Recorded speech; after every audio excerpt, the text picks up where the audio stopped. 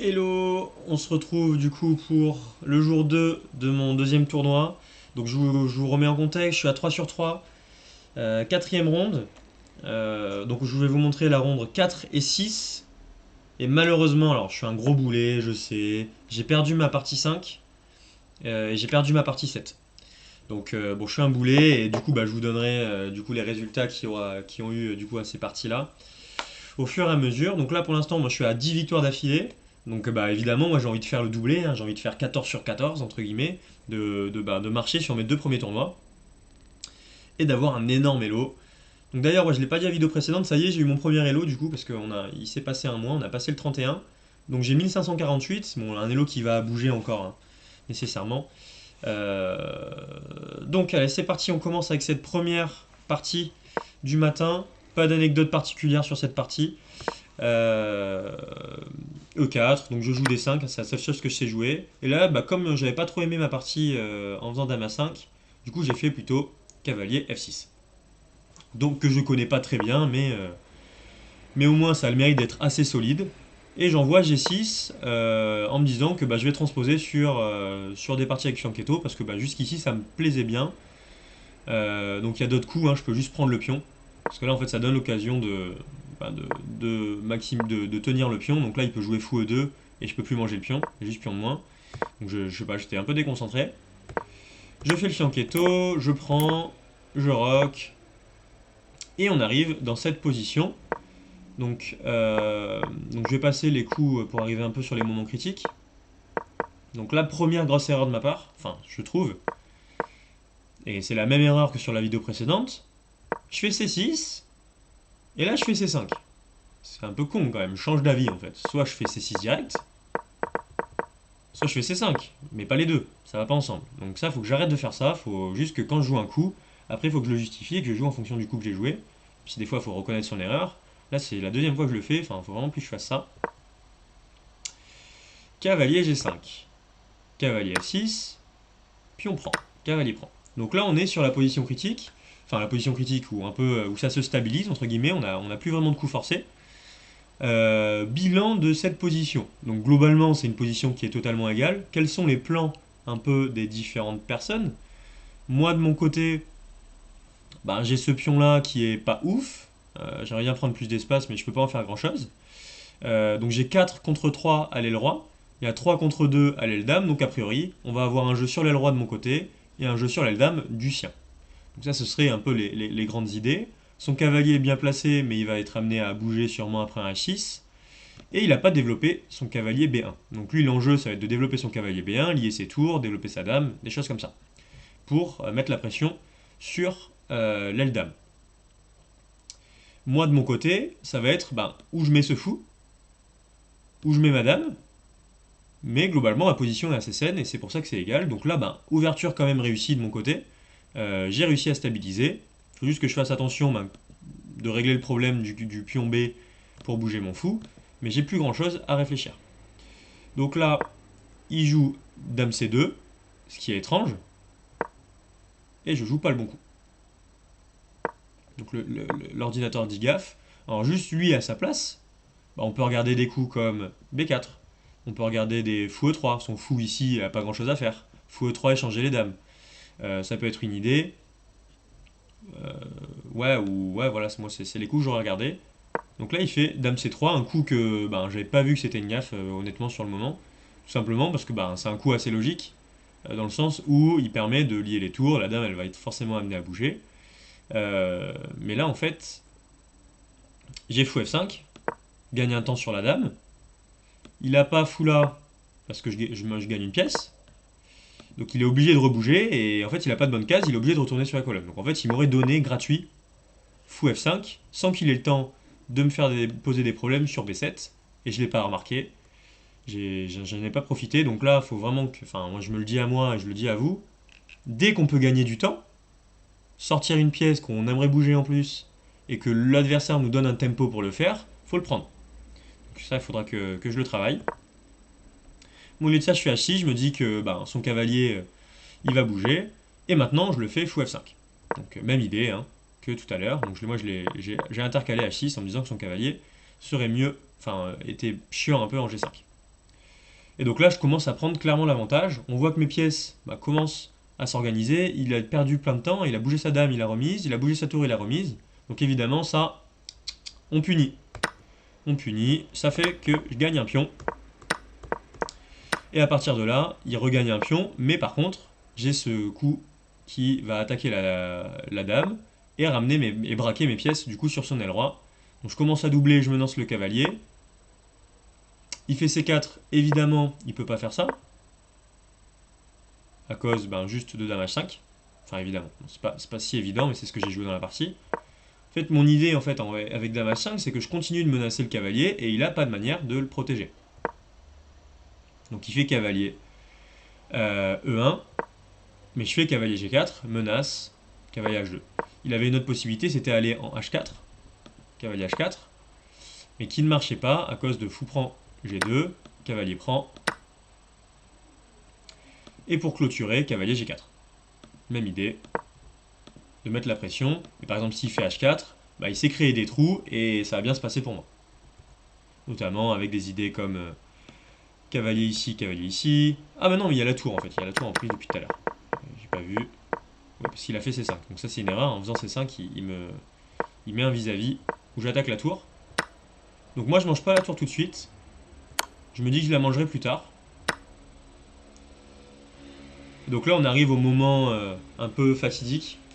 Vous allez voir. Donc je vous laisse mettre sur pause. Donc là évidemment on peut faire fou prend à 1. Fou prend à 1, gagne la tour. Et ça va. On va perdre le cavalier, mais on a gagné une qualité. Ok. Donc cette position évidemment qu'elle est saine. C'est bien. Mais moi j'ai fait autre chose. Donc je voulais le mettre sur pause. Donc j'ai joué le meilleur coup de la position. Je suis très content. Donc là faut se dire, il attaque mon cavalier, j'attaque sa tour. Sa tour en fait elle va pas bouger de là. Donc ok il a des thèmes de fou C3 pour empêcher de manger la tour. Mais je me dis que dans tous les cas, sa tour elle va pas se volatiliser et que j'aurai toujours fou prend plus tard. Donc j'en profite pour faire un coup intermédiaire. Donc il faut toujours regarder les coups forcés, coups intermédiaires, les prises surtout. Donc je me dis comment je sauve mon cavalier.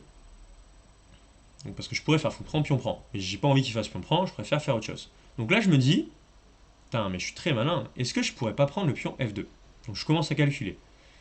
Cavalier prend F2, roi prend, fou prend. Donc ça, je suis très content. J'ai gagné un pion par rapport à la variante que j'avais calculée initialement, où je prenais la tour en premier. Donc ça va. Mais du coup, il faut calculer, cavalier prend, fou C3. Cavalier prend, fou C3. Donc là, il faut calculer, est-ce que je fais dame prend H3? Et il faut le voir à l'aveugle, donc c'est pas évident. Est-ce que je fais fou prend? Cavalier prend? Est-ce que je rebouge mon cavalier? Etc. Donc il faut calculer. Donc moi, en fait, quand j'ai joué cavalier F2, donc au passage coup brillant, donc je suis content, je m'étais dit, s'il fait fou C3, je peux remenacer la tour. Donc par exemple, tour E3, attaque le cavalier. Et ici, je vais être très content parce que j'ai par exemple dame F5, protège mon cavalier, menace, enfin en fait je me dis que ça va très bien se passer. Je gagne un pion, et au lieu de manger une tour, je gagne un pion, mais par contre ça va ouvrir son roi et je vais le mater. En gros c'est ce que je me dis, donc je le joue, bim, je suis content de voir que l'ordi le confirme. Roi prend, fou prend, et ensuite bon là il n'y a plus rien à voir, circuler, il n'y a plus rien à voir, parce que effectivement j'ai juste beaucoup trop de matériel, je suis à plus 6, l'ordi me met plus 10, donc la partie est terminée, il abandonne, donc bonne partie quand même, une partie intéressante qui s'est bien passée pour moi, il n'y a pas eu de gros problèmes, au contraire j'ai placé la tactique, c'est ça qui compte. Alors deuxième partie, enfin la partie 6, alors je joue la partie 5 contre Antoine Chalençon, l'homme au bonnet, il a tout un bonnet sur lui, que j'apprécie beaucoup, on joue pas mal les tournois rapides ensemble, ça fait plusieurs tournois qu'on se croise, donc je commence à sympathiser avec lui. Je sais qu'il joue une Caro-Can, on a joué une Panoff, et il s'est pris le thème de... il a mis son fou en G4 et il s'est pris le thème de fou prend F7. Donc j'ai pas la partie, désolé, je l'ai perdu. Mais du coup c'est une partie qui s'est bien passée, même s'il avait failli m'arnaquer sur la fin. Donc j'arrive, ronde 6. Alors c'est le jour 3, mais du coup je vais en profiter pour la faire maintenant. Ronde 6, les parties commencent à 9h30 ou 10h. Je crois, 10h. Et je m'endors et j'ai mal mis mon réveil. En fait, j'ai éteint mon réveil. Enfin non, mon réveil a sonné. Je l'ai éteint, je me suis rendormi. Je me réveille, c'est l'heure de la ronde. Sauf que je suis à 30 minutes de métro de la ronde. Je suis ah putain, c'est pas possible. Enfin, 40 minutes, plus 40 que 30 d'ailleurs. Donc là, je me dis, oh là là, c'est pas possible, je vais être forfait. Je regarde toutes les solutions, je regarde les Uber, c'est trop long. Je regarde le métro, c'est trop long. Tout est trop long. J'essaye d'appeler le club, personne répond. Donc là, je me dis, bon ben, je me lave les dents, je me barre. Je m'habille, je me lave les dents et j'y vais en me disant, je pédale comme un malade en vélo. Je me dis que c'est comme ça que j'irai le plus vite. Et je joue contre Hugo, Hugo qui est gentil, c'est un minot, il a 14-15 ans. En me disant, bah écoute, je vais tenter le tout pour le tout. Je sais que dans la loi du règlement, je vais être forfait parce que je vais avoir plus de 30 minutes de retard. Mais écoute, je vais essayer de jouer la sympathie, capitale sympathie avec Hugo, avec l'arbitre. Et en espérant bah, qu'il me permet de jouer, évidemment, c'est dans son droit de ne pas me laisser jouer. Donc j'arrive, 40 minutes en retard. Donc j'arrive, ouais, je crois qu'il me reste 17 minutes à la pendule. Lui, il a 1 heure. Et je vais voir Hugo, je lui dis écoute, Hugo, je te propose que ben on joue comme ça. Tu fais comme tu veux, moi je l'aurais fait, et ce qui est vrai, j'aurais vraiment joué la partie. Et je te propose qu'on joue, je demande à l'arbitre s'il est ok par rapport à Hugo. Hugo rechigne un peu, il est en mode ben je sais pas, je peux gagner, nan. Bon évidemment ça m'aurait saoulé s'il avait dit non on joue pas, mais bon après c'est le jeu hein. Enfin, je sais pas, moi, on est venu jouer aux échecs quand même. Je sais pas si moi, enfin, en tout cas, moi, je serais venu pour les pions. Surtout qu'il gagne pour les points. Surtout qu'il gagne pas d'élo, le mec. Parce que si c'est forfait, il gagne pas d'élo. Bon, il me dit, ok, on joue. Donc je joue avec 17 minutes. Et là, on joue E4, E5, cavalier F3, cavalier F6. Donc là, on blisse tout, on connaît tous les deux. Écho 16. Première fois que je joue ça en partie longue. E prend D4. Donc là, moi, j'avais l'habitude de jouer cavalier prend D4. Mais j'ai découvert là une petite ouverture sympa. Fou C4. J'avais vu une vidéo de Daniel Naroditsky qui explique à Gold quelque chose. Dust Gold, enfin je sais pas, Dust Gold Tori, qui explique les enjeux de cette position. Donc il y a 2 coups, il y a cavalier F6, il y a fou C5 qui réfute entre guillemets. Bon après il faut connaître, et puis bon c'est une partie qui joue. Et je sais que moi ça va être des positions ouvertes. Alors que sur la position où je fais pion prend, cavalier prend, fou C5 par exemple, ben, j'aime moins le type de position, j'ai l'impression de me battre pour faire nul. Donc je joue fou C4, je sacrifie le pion, il joue cavalier F6, je joue E5, il joue D5, je joue fou B5, c'est la théorie, il joue cavalier E4, c'est la théorie, donc il connaissait, on joue vite tous les deux, je fais cavalier prend D4, le cavalier peut pas reprendre le cavalier parce que c'est cloué, fou D7, fou prend C6, pion prend C6. Donc ça c'est une position que j'ai eu souvent finalement dans d'autres tournois. Donc bah ça sera peut-être dans les vidéos à venir. Donc ça c'est la grande position du Gambier écossais. Donc évidemment qu'il faut travailler. Et je commence à avoir un peu d'expérience, mais c'est un peu mitigé on va dire. Sur chess.com ça se passe bien, mais en partie longue c'est mitigé. Donc là en fait l'idée c'est que moi, lui en fait je lui ai doublé les pions. Donc alors juste il reprend pas du fou parce que bah, son fou il a rien à faire là-bas. Donc il reprend du pion avec l'idée que lui bah, il va pousser ses pions à l'aile dame et moi je vais pousser mes pions à l'aile roi. En gros c'est l'idée du Gambier écossais globalement. Donc on part sur ça et Hugo qui me blitz tout. Donc je rock. Donc si je rock pas et que je fais par exemple j'en sais rien C3 ou F6, admettons moi j'ai envie de faire F6, mais si je fais F6 là malaise, dame prend, pion là, cavalier prend, pion prend, dame prend tour. Donc ça évidemment j'ai pas envie. Donc je rock, hein, je connaissais. C'est nul, hein, c'est égal, c'est une partie quoi. Fou E7, un peu mou, honnêtement. Son fou il va plutôt en C5 parce que moi je vais jouer pour faire F3 pour chasser son cavalier. Mais il me blitz tout le mec, hein, vraiment, genre il joue largement plus vite que moi alors qu'il a 40 minutes de plus. Il blitz tout. Joue F6, cavalier là, F4. Cavalier E4 revient. Cavalier D2, je propose l'échange des cavaliers, je suis content. Il prend, je suis très heureux. Donc là, je suis déjà un peu mieux. Et il décide de partir pour C5, ce qui justifie un peu son choix de ne pas avoir mis son fou. Parce que bah, s'il avait mis son fou en C5, il ne pourrait pas pousser le pion, alors que là, maintenant, il a une belle majorité à l'aile dame. Je rentre. Donc attendez, restez hein, pour la vidéo pour voir ce qui se passe dans cette partie. Et il me blitz tout le mec, hein, vraiment, genre, il me balance tout. Je sens qu'il est un peu blasé, et je sais pas ce qu'il a. Mais il me blitz tout comme si de rien. Donc là, je fais cavalier G3. Et fou D7. Donc là, en fait, son fou, il peut pas le bouger. En fait, lui, son idée, ça va être s'il échange le cavalier, par exemple, il fait dame D7, cavalier prend, dame prend, bah, il tient bien ma majorité, il pourra faire petit roc et ça va bien se passer. Mais là, au lieu de ça, bah, en fait, il a juste perdu un temps. S'il est revenu, donc évidemment, ça peut pas aller. Hein. Il y a le fou en D7, il fait fou F5 et il refait fou D7. Donc évidemment, il m'a donné gratuitement cavalier G3, ce qui n'est jamais une bonne idée aux échecs. Donc évidemment, bah, moi je joue pour ça, je joue pour balancer les pions F.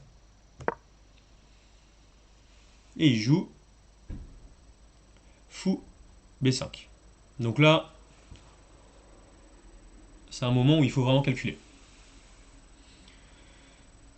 Est-ce que je peux pas le punir tout de suite? C'est ce que je me demande. Donc là, je commence à calculer des coups. Je commence à calculer F6, avec l'idée que j'y gagne un temps. Je gagne un pion, hein, ça mène à rien. Hein. F6, fou prend tour, donc je perds une qualité, je récupère une pièce, un pion, enfin je récupère une pièce, dame prend, et sa position est saine, j'ai plus mon avantage à l'aile droite de mes deux pions. Donc ça je regarde pas. Par contre je me dis, bah là ça c'est faible, la tour il a pas encore ok, je peux profiter pour jouer dame G4. Donc je commence à calculer dame G4. Donc dame G4 c'est quand même responsable, hein, parce que je donne la tour.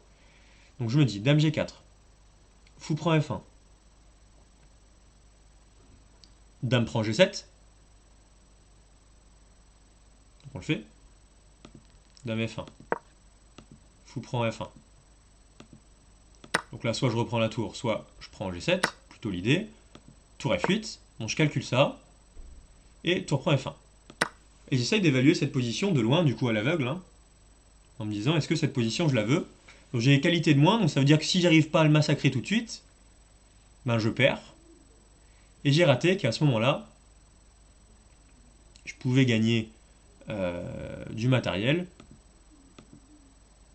Alors, la tour là, donc là c'est à lui de jouer. Et le problème c'est ça en fait, c'est que tour prendre, là c'est forcé, et là c'est à lui de jouer. Et moi j'ai toujours du mal à évaluer les positions quand c'est à l'autre de jouer, parce que bah, je me dis qu'il peut changer la nature de position, il peut faire... là par exemple il peut faire F6, est-ce que F6 c'est un bon coup, est-ce que je peux l'atomiser s'il fait F6? Enfin de loin quand on est là, et que si on le perd, bah, on perd la partie, je me dis, bon Corentin, ta position est mieux, c'est sûr et certain, donc te prends pas la tête. Donc il s'avère que ça marchait. Hein. Dame G4, fou prend, dame prend, tour F8, tour prend F1.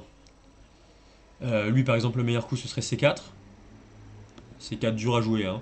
Je pense qu'il aurait fait F6. Enfin moi c'est le coup que j'aurais regardé. Mais F6 perd taux de serre parce qu'en fait j'ai perds tout de suite parce que j'ai fou prend. Enfin pion prend. S'il fait fou prend, bah, je vais faire tour E1 échec. Et il ramène et ça va être compliqué pour lui. Parce que là je peux faire fou ici. Donc j'attaque 3 fois, il peut pas défendre. Donc en fait, juste ça marchait, mais je l'ai pas vu tout de suite. J'ai pas vu que c'était. J'ai vu que ça avait du potentiel, mais je l'ai pas joué. Je me suis dit, écoute Corentin, t'es pas pressé, bouge ta tour. Donc là j'hésite entre tour F2 et tour E1. L'ordi préfère tour F2, le deuxième coup c'est tour E1, je pense que c'est un peu similaire. Avec l'idée que ben, le dame G4, je le garde pour plus tard. Il rock, et maintenant je le joue. Alors, il s'avère que j'ai F6 qui est plus fort. Mais je joue quand même, j'ai quand même un avantage, je suis à plus 2. Hein, donc même s'il met l'imprécision, je suis quand même bien. Dame G4 avec l'idée, tout simplement, d'aller le mater. Hein. Toutes mes pièces vont commencer à être braquées sur lui. J'ai le pion F qui est super. Il a jamais de G6. Bon, déjà, il menace rien parce que j'ai toujours F6 et il va y avoir des thèmes du mat de Loli ici. Donc là, jamais de mes pièces. Hein. Il joue ça et là, je commence à calculer. Je me dis, bon, qu'est-ce que je fais s'il joue G6? Qu'est-ce qu'il a comme coup? G6, F6, tour G8. Donc je commence à calculer, moi, je regarde tour G8 plutôt. Tour G8 pour qu'est-ce que je vais faire sur tour G8. Et effectivement, c'est pas évident. Tour G8, soit. Enfin, honnêtement, j'en sais rien. Je pense que j'aurais essayé de ramener ma tour. J'aurais fait tour E3, quelque chose comme ça, ou cavalier F4, ou A4. Enfin, j'en sais rien, peut-être A4, ouais. Non, A4, non, j'aurais pas fait A4. Enfin voilà, je calculais ça et je me disais bon, c'est ok pour moi. Et là, il me joue G6. Et là, je vois que tout de suite que ça va pas du tout. Ça perd sur le champ, hein, parce que j'ai F6, qui gagne le fou. Et l'idée, c'est qu'en fait, il peut pas prendre mon cavalier, parce que bah, on peut se dire, bah oui, il attaque les deux pièces, toi t'attaques le fou, il attaque le cavalier. Mais oui, mais c'est ce qui s'est passé dans la partie en plus. Hein. Donc il m'a tout joué tempo, et donc évidemment, il a pas réfléchi alors qu'il a largement le niveau pour le voir. C'est un bon joueur. Il fait pion prend H5. Donc l'idée, en fait, pion prend, pion prend, pion prend, pion prend, en gros, quoi. En gros, cette idée-là, effectivement, ça va pour lui. Ça, c'est cool, il a plus de problème. Mais sauf qu'en fait, si pion prend, bah, je vous laisse mettre sur pause. Donc là, vraiment, pour les plus débutants, les personnes qui ont moins de 1000 Elo, quel est le coup pour les blancs? Évidemment, il y a Dame G7, échec et mat. Donc échec et mat en 1. Donc merci Hugo. Alors, je m'excuse pour Hugo, hein, parce que forcément, il a été hyper fair play, il a joué. Après, on a joué la partie, il a perdu. Donc j'ai vu qu'après ça, il fallait pas lui parler. Elle était vraiment énervée, en fait, puisque comme il a eu l'occasion il a eu l'occasion de gagner sans jouer, qui m'autorise à jouer, et que bah, du coup je gagne. Donc forcément, il avait grave le seum. Finalement, en fait, je suis dans les. Ça se joue très vite, hein, on a tout joué tempo. Donc en fait, moi j'ai joué vite parce que j'ai plus de temps, et lui il a joué vite, je sais pas pourquoi. Et donc en fait, je suis arrivé genre 40 minutes en retard, et je crois que je suis le premier de ma poule à sortir. Donc bah du coup, merci Hugo pour cette partie. Et du coup, bah, là c'était la ronde 6, il me semble. Donc je suis à 6 sur 6, donc là je suis à 13 sur 13, 13 victoires d'affilée. Je suis à une partie de faire l'exploit, et je joue Slavie, qui a un point de moins que moi, mais je le joue. Donc en fait, j'ai 6 sur 6, lui il a 5. Mais on se joue, donc entre guillemets, tout est encore joué. Pour gagner le tournoi, il faudrait que je le fasse au moins nul. Et avec nul, je gagne. Mais si je perds, bah, il me battra au départage parce qu'il m'aura battu. Tout simplement. Sur un tournoi fermé, c'est comme ça que ça jouera. Bon, je serai premier ex aequo, mais je serai deuxième. Hein. Donc pour les prix, ça a son importance. Donc on joue et je lui claque une tactique, on fait une pan-off. Non, on fait. Voilà, j'ai perdu la partie aussi, hein, je suis un peu con. J'ai perdu la partie. Juste, bah, je m'en souviens un peu. Il m'avait fait E4. J'ai joué D5, je fais E prend. Je fais cavalier prend. Et il m'a joué C4. Et j'avais répondu par C6. Pion prend, fou prend. On avait joué cette ouverture, bon, bon, c'est une ouverture quoi. J'ai pion de moins pour l'instant. Mais, enfin, j'avais les noirs du coup. J'ai pion de moins pour l'instant, mais ça joue. Et finalement, bah, j'étais mieux. Et puis après, je me suis vu plus beau que j'étais. Et j'ai perdu cette partie. Malheureusement, contre Slavie. Bon, bravo à lui quand même. Et puis j'avais vraiment envie de le battre parce qu'il avait fait un sale coup à un petit. Il s'en passe des choses dans les tournois d'échecs. En fait, il y a eu un minot bah, contre qui j'ai joué, je crois que c'est Emilio, du coup. C'est la partie que j'ai montrée en premier dans cette vidéo. En fait, la veille, genre, il faisait sa partie contre Emilio. Et Emilio, il mangeait son stylo, il a son stylo dans la main. Il mange son stylo et tout. Et d'un coup, Emilio, il touche la tour avec son stylo. Non, en mode, il adoube avec son stylo, en fait. Sans dire j'adoube. Donc il fait ça, bon. Je sais pas vous, mais moi ça me choque pas. Évidemment, ça sert à rien de le faire, il a pas à le faire.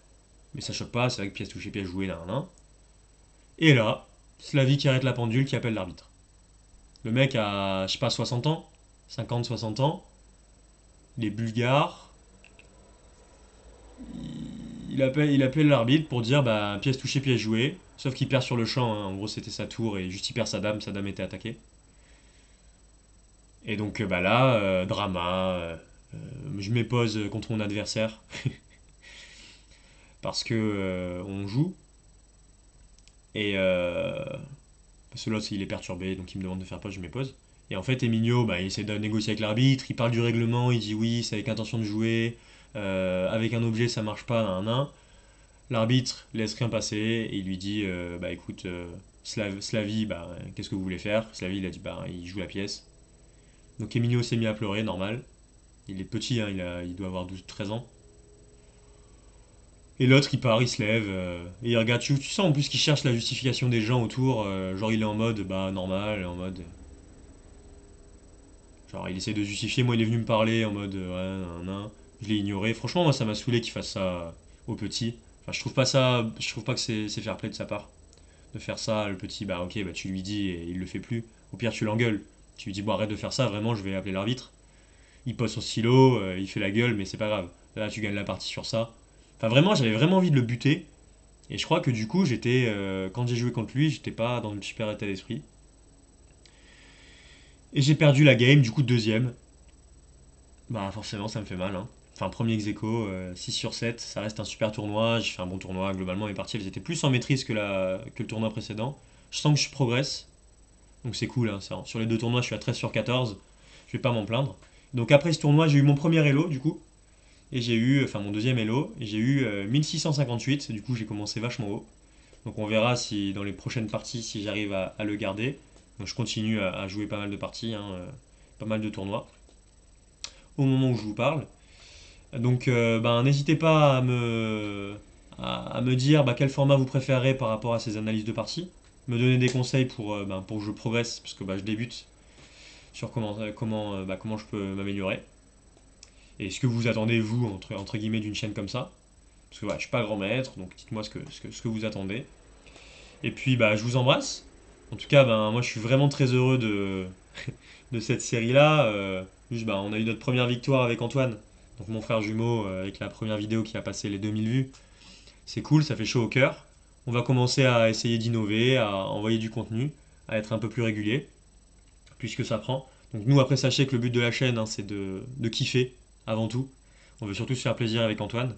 Et moi aussi, c'est un prétexte pour travailler les échecs, pour me forcer à analyser, forcer à progresser, me forcer à travailler. Donc écoutez, si ça peut me permettre de faire une pierre de coups et que en plus ça permet à des gens d'apprendre, nous on est ravis. Donc je vous embrasse. Encore un petit clin d'œil à Hugo, désolé pour cette partie, mais tu le sais, tu auras ta revanche plus tard. Et je vous embrasse. Ciao les gazelles, bye, à plus.